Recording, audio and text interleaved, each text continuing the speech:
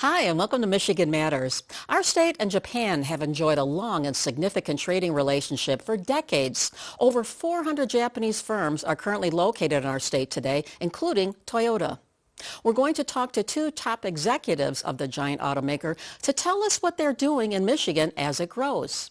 Then the roundtable's here to talk about growing ties between Japan and Michigan and how it's helping our region. There's lots to talk about. Let's get started. From CBS Detroit, this is Michigan Matters with Carol Kane. Michigan Matters is brought to you in part by Henry Ford Health.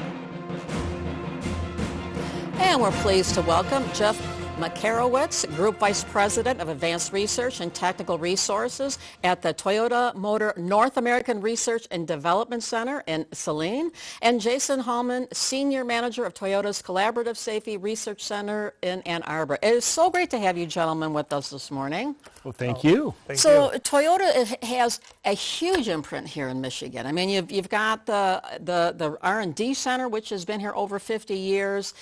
You have other things here. And Jeff, I have to ask you, how many facilities in all are there here and employees? Well, we have two main campuses, one in Ann Arbor and one in Saline, but we also rent space at FTTA, which is Ishin's Proving Ground in Fowlerville, as well as the American Center for Mobility. I believe we're the largest tenant that they have.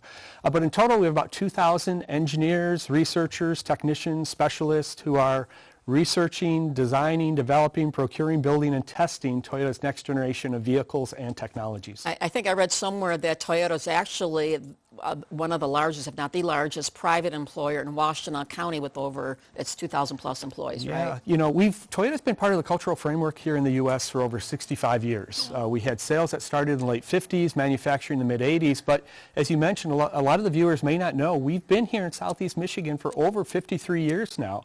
So we've a little bit under the radar, but we've got a great story to tell of, you know, Michigan's been great for Toyota, and I think Toyota's been great for Michigan. And we're happy to hear the story here and let you talk a little bit more about it. So, Jason, in your role with Toyota, what is it that you're doing? Thank you for asking. So Toyota's Collaborative Safety Research Center, or the CSRC as we call it, was founded by Akio Toyoda, then CEO, to do collaborative research with universities in North America, specifically addressing traffic safety, and then sharing those results for the entire industry and society as a whole.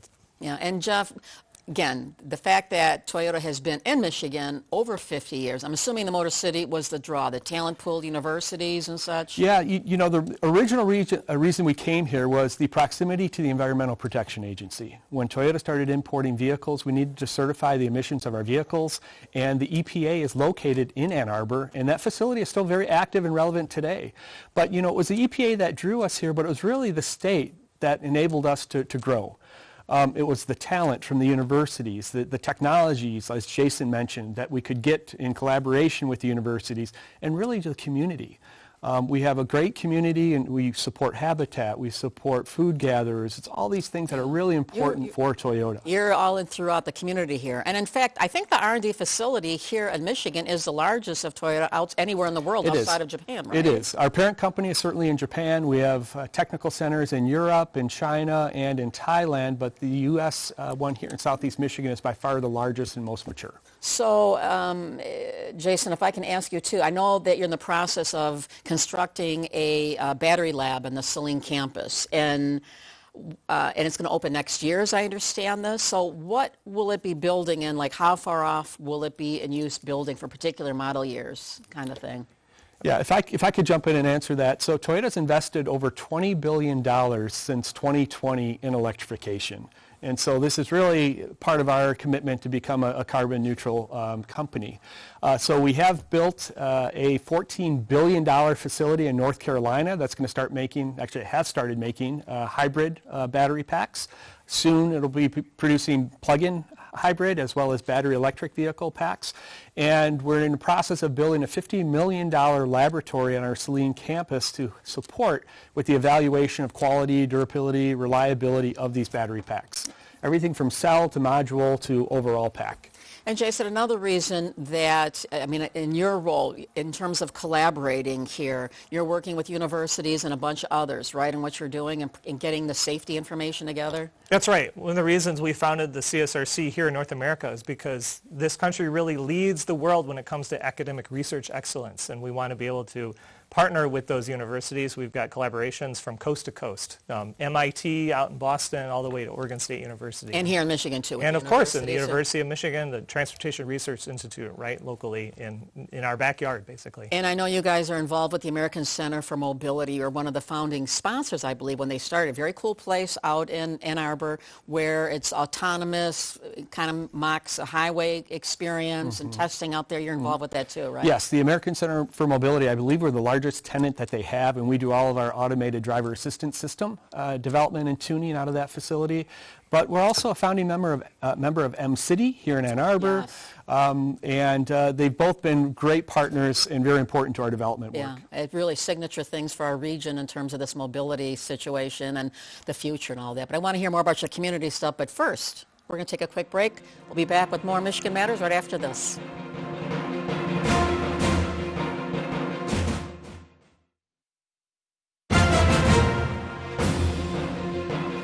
Welcome back. We're talking with Jeff Makarowitz and Jason Hallman of Toyota about the significant impact the automaker has in Southeast Michigan, particularly Washtenaw County. And one thing we've talked a lot about, we hear a lot about, is talent needs and addressing the gap and all that sort of thing here. And let me start with you, Jeff. How do you see it, and what is Toyota doing? I mean, I know this is a concern of every major company, every employer, big and small. Yeah. Toyota, what do you guys do? Well, workforce development is extremely important to us, being an R&D company, and there's some amazing statistics out there that are, honestly speaking, quite alarming. According to Deloitte, there's going to be 3.5 million STEM or manufacturing-related jobs available by the end of the decade, but 2 million will go unfilled because of lack of qualified workforce. So we've started some programs here in Toyota. One is called FAME, Federation for Advanced Manufacturing Education, which is a 2-year apprenticeship program with Washtenaw Community College, where students go to school 2 days a week. They work for an industry sponsor 3 days a week, and at the end of the 2 years, they graduate with an advanced manufacturing technician degree, and they go to work for that sponsored employee. So it's really a way of getting more students in the STEM pipeline, especially for skilled trades, which is such an important area. And then another important statistic, 50% of students between the ages of 11 and 17 don't know anyone who has a STEM career or STEM job. It's really hard for students to understand and emulate what they want to do when they don't see that type of opportunity around them. And so another program we've launched here with Ypsilanti and Lincoln Consolidated Schools is called Driving Possibilities. Driving Possibilities is a $110 million initiative that's being fostered through the Toyota USA Foundation, where we try and work with our local communities to understand the barriers that students have to STEM education and remove those barriers. So we allocated $10 million, a grant to Ypsilanti, working with them hand in hand, trying to listen and see what are their needs. Transportation, food insecurity, literacy, all of these things are big challenges, and so we're trying to not step in and tell them how to do their work, but to listen and see what we can do using our resources to support them. And I know, Jason, your focus too is through the universities and making a pathway that way too, right? That's right. And so through our collaborations with these safety research universities, they're doing the work in developing graduate students and the next generation of scientists and engineers who are going to tackle these transportation safety problems well into the future. Yeah. The other thing, too, that Toyota has been doing, big imprint as a corporate community, philanthropic type sponsor across Southeast Michigan, Washtenaw County. Tell us just about one or two quick initiatives. Well, we've been a longtime partner of Habitat, working here in Ypsilanti, which is, again, our local community in building homes, and they've been a terrific partner. We're also with food gatherers, the University of Michigan Musical Society. I can go on and on and on, but giving back to the community where our team members work and live is really important for us. As it looks to what's taking place here, we're at the time of year where historically this was a time we started debuting, all the new cars came out, a new model year. Now it's straddled, it's not all at once anymore here, but with so much conversation about EVs, I'm going to imagine that's still impacting a big chunk of what you guys are doing at the R&D centers and such, right? Mm-hmm. Electrification is certainly a key trend. at Toyota, we've taken what we call the multi-pathway approach. We think, carbon is the enemy. And the best way to get rid of carbon emissions is to get some of these older vehicles off the road. Today, the average age of a vehicle on the road is 12 and a half years old. So if we can get these older vehicles off by offering customers something new, less polluting, whether it's a hybrid, a plug-in hybrid, a battery electric vehicle, a hydrogen fuel cell vehicle, all of these we think can contribute to the early and quickest reduction in carbon emissions.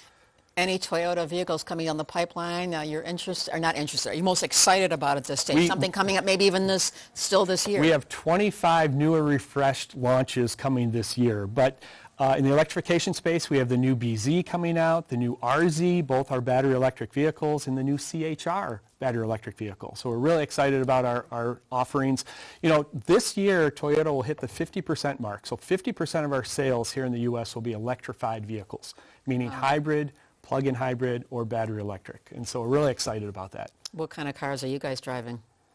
I have a Tacoma hybrid. Okay, Jason? I've got a new 2025 Camry on order right now. That was one of the vehicles that was engineered right here in Michigan. Oh, that is so cool. So when it comes to getting ready for the future, if there's somebody watching this and they have a child or a grandchild, or maybe a young person's watching as we're taping this here, what advice do you give them about you should be looking at a career in STEM considering this? Well, I'd like to say if you like asking questions and solving problems, consider a career in STEM. If you consider a career in STEM, consider engineering. If you consider engineering, consider automotive, and you know where this is headed. If you consider automotive, consider Toyota.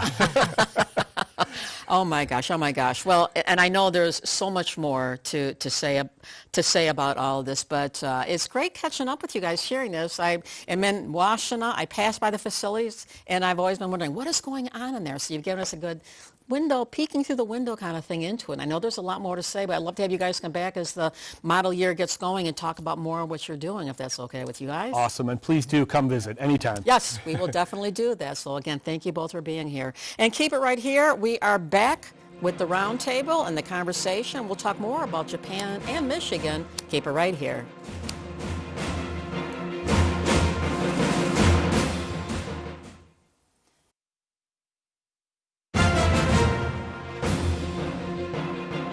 Welcome back to Michigan Matters. We're now continuing our look at Japan and Michigan as we welcome, Hajime Kishimori. Did I get that right? That's very right, but call me Jimmy. Call you Jimmy, thank you. I'm going to call you Jimmy. He's a Consul General of Japan here in Detroit. Quentin Messer is on the other side of the table. He's CEO of Michigan Economic Development Corporation. And Battle Creek Mayor Mark Behnke. Did I get that right? Perfect. All right, so we got the names all right here. Great to have you guys. Thank you for being here. Thank you. Thank you for having us. There's so much going on in terms of global and trade and everything else, tariffs and inflation, all kinds of stuff. We can't get into all of it, but what we want to talk about is Japan. Japan has an extremely important role with Michigan. There's two-way bridges being built, and I'm going to ask you, Quentin, in a moment how big it is to Michigan. But Jimmy, you're new in your job. Mm-hmm. How long have you been here, and how many states are you working in now?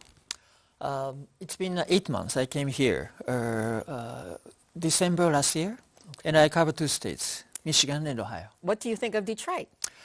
It's a super cool city, which means safe, clean, and comfortable. Yeah. I came here directly from San Francisco. Which is used to be a great city, but now, as you know, they're suffering from this, the homeless, narcotics. Oh, they've got issues that Detroit doesn't have. So you're saying that Detroit has become a cool city, and San Francisco's kind of maybe not so cool. Well, the fact is that when I got this assignment last November, 80% of my friends in San Francisco said, I'm sorry, Jamie, you're going to Detroit.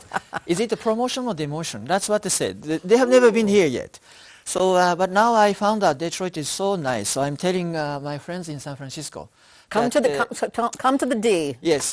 There we go. So Quentin, you run MEDC, which is the quasi-public private department that helps build jobs in the state, keeps companies here, et cetera, et cetera. Japan has been an important trading partner. How big is it to Michigan compared to, say, Canada, which I believe is still the largest? Well, thank you for having me here. I mean, Japan has historically been one of our top 10 FDI markets, foreign direct investment markets. 415 Japanese companies, nearly 40,000 Michiganders are employed by Japanese-owned companies. Billions of dollars of imports and exports. So this is a vital... This is an important thing here. This is a vital and critical relationship that's been historic. And the fact that we have a Consul General means the importance that the Japanese government places upon Michigan. Thank you. To your friends in San Francisco, we want you to repeat, Michigan and Detroit matters. We'll leave it at that here. So Mayor, you are here from Battle Creek. Thank you for making the drive in. Thank you. So Japan. In fact, you're going to be part of a trade delegation heading to Japan soon. Tomorrow morning. How important is it? It's very important to Battle Creek, and it's been important since the early 70s. We started the relationship at that period of time, spent 3 or 4 times a year going over to Japan, and we were very successful. Today we have 18 Japanese companies in Battle Creek and close to 8,000 employees. Which one's the largest? Denso. Denso's 2,500 employees. Wow. 1.75 million square feet. So and you two are part of this trade delegation that will be going next week. As far as this goes, where are the opportunities? What's the calling card for Detroit and Michigan? Is it autos, or what is it about this area that would interest a Japanese firm coming here?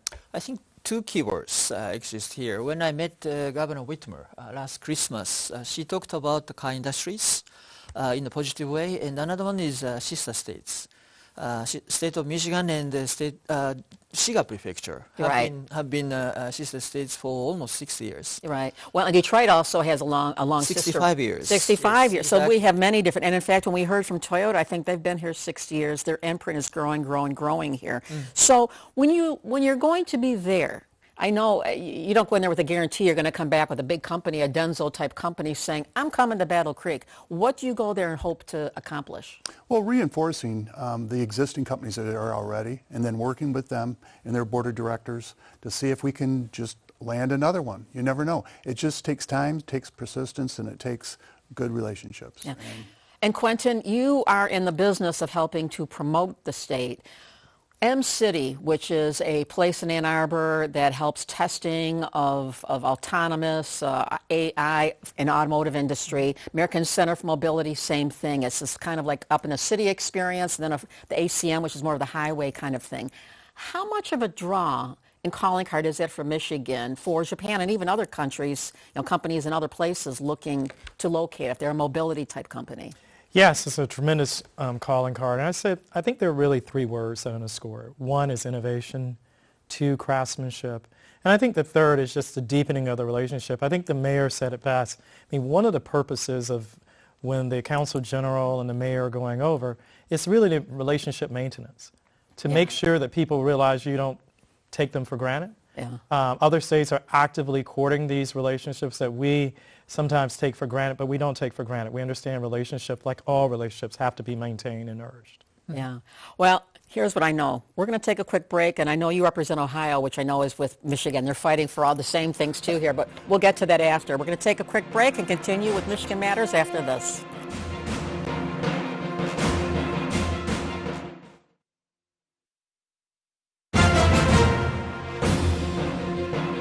Hey, welcome back to Michigan Matters. We're talking with Hajime Kishimori, who is the Consul General of Japan in Detroit, and MEDC's Quentin Messer Jr., and Battle Creek Mayor Mark Behnke. And Mayor, you've been to Japan before, right? Absolutely, yes. How do you see the two-way opportunities for Japanese firms looking to come this way and Michigan firms maybe looking to export or do things over in Japan? Well, technically, we do a lot within the state of Michigan because of the automotive, but the Kellogg Company does have a plant in Tokyo, and they do a lot sending products here. Not as much as they produce to sell in Japan, but there is a two-way relationship there. And Quentin, same question to you, because you've been to Japan before, of course, and yes. How do you see the building of the two-way trade specifically? Well, I think the mayor hit the nail on the head, is that one, we have a tremendous relationship in the consumer goods sector, so making sure that that trade continues. There are also opportunities in the medical device. Stryker has a facility there. And then obviously our preeminence in mobility, whether it be through suppliers or OEMs. I mean, Denso is one, Eisen, there are others that we can continue. But, Domino's pizza has a significant Japanese footprint. Yeah. Very popular. And yeah, Domino's Pizza in Japan? Interesting. I wonder how they change what their offerings are. But that's another talk show. We'll leave that alone. Let Domino's come in and talk about that. So, Jimmy, you have a autonomous forklift. I don't know, there's probably a better way of explaining it. A Japanese firm that's looking to come to Michigan, and I think they've settled on locating in Detroit as their startup, right? Exactly. Why? Why? Actually, on the extension of the two words coming from the Quentin's mouth, the craftsmanship and the innovation are the key for the future of the Michigan and the Japan. And this trial is coming not to Silicon Valley, where is the capital of the innovation startup, but they chose Michigan Central and New Lab simply because they are more manufacturing oriented. Silicon Valley is more AI, IT, right. software. But they have a plan to work with the Japanese OEMs together with the Ford and the GM as well. Did they look at other states besides Michigan? Do you know? They have been looking around the place and they chose Michigan. They chose Michigan. Yeah. Well, because of the manufacturing. That's the manufacturing, and yes, and right. all the engineering might here. And right. Mayor, speaking real quickly, you mentioned Ferraro. You mentioned Kellogg, which has just announced it's being acquired by Ferraro Group, an Italian company that makes Nutella, Butterfinger, other things in a $3 billion deal.